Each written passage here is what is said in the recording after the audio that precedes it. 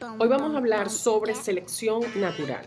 La selección natural, todos saben que fue propuesta por Charles Darwin a raíz del viaje en el Beagle, donde él seleccionó y se dio cuenta que realmente había en la naturaleza sobrevivía el más apto y el que mejor se adapta. Pero antes de toda esa investigación que hizo Darwin, habían muchos científicos también que estaban proponiendo la selección natural o por lo menos estaban investigando. Ellos sabían que los seres vivos tenían que ir evolucionando. Dentro de estos científicos tenemos a Cuvier, a Malthus, a Wallace, a, eh, a Lamarck y otros científicos más. Sin embargo, todo el crédito se lo llevó Darwin, ya que su trabajo fue un trabajo muy, pero muy minucioso. Antes de continuar, vamos a hablar sobre quién fue Charles Darwin. Charles Darwin fue un naturista, pero realmente a él no le interesaba el naturismo. Charles Darwin fue hijo de un médico muy importante, muy influyente en Inglaterra. Fue nieto de Erasmo Darwin, quien fue un naturista, pero él no lo conoció, no conoció a su abuelo. ¿Qué sucede? Que Charles Darwin nace en una familia de aristócratas donde su papá quería, el sueño de su papá quería que fuese médico. Sin embargo, cuando lo inscribe en la universidad a estudiar medicina, le llamó mucho la atención en una operación donde fueron a hacerle una cirugía a una niña sin anestesia y esto hizo que Charles Darwin dejara la universidad. Realmente no le gustaba mucho estudiar, le gustaba pasear con sus amigos, salir de cacería, pero siempre tenía algo que era muy importante, que era el seleccionar algunos animales y identificarlos. Luego él fue a la universidad, después que salió de la Universidad de Stanford, su papá lo envió a la Universidad de Cambridge, ahí estudió teología.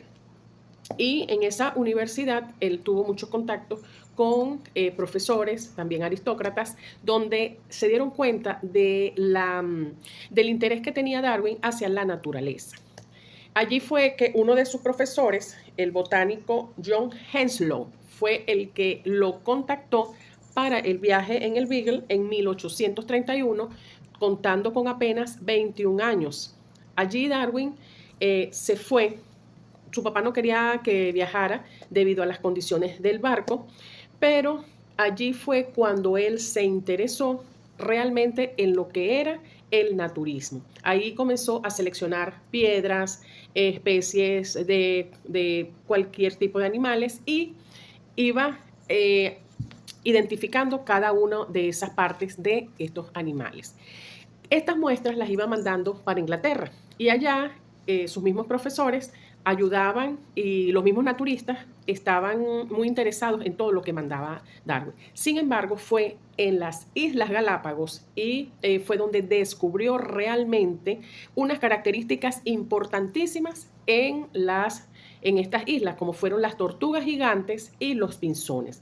En las tortugas gigantes, él se dio cuenta que de isla en isla, recuerden que eso fue en Ecuador, de isla en isla, ellas se identificaban, tenían unas características muy diferentes de caparazón, en el caparazón y en el cuello.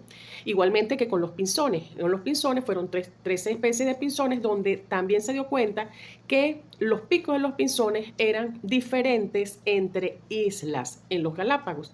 Por lo tanto, él suponía que esos pinzones, esas tortugas, debían tener un ancestro común, que quizá ese ancestro común vendría de tierra firme. Cuando él regresa a Inglaterra, propone la teoría de la selección natural y fue también muy criticado porque en esa época, todos saben, creían mucho en la teoría creacionista, la cual es la que afirma que Dios fue el que creó todo. Sin embargo, él llevó su propuesta y fue avalada por la sociedad científica de ese entonces. De allí fue que propuso su teoría darwinista, la teoría de la selección natural. Dentro de esas teorías de Darwin, él proponía que el más fuerte era el que sobrevivía y esas características se iban transmitiendo a los descendientes.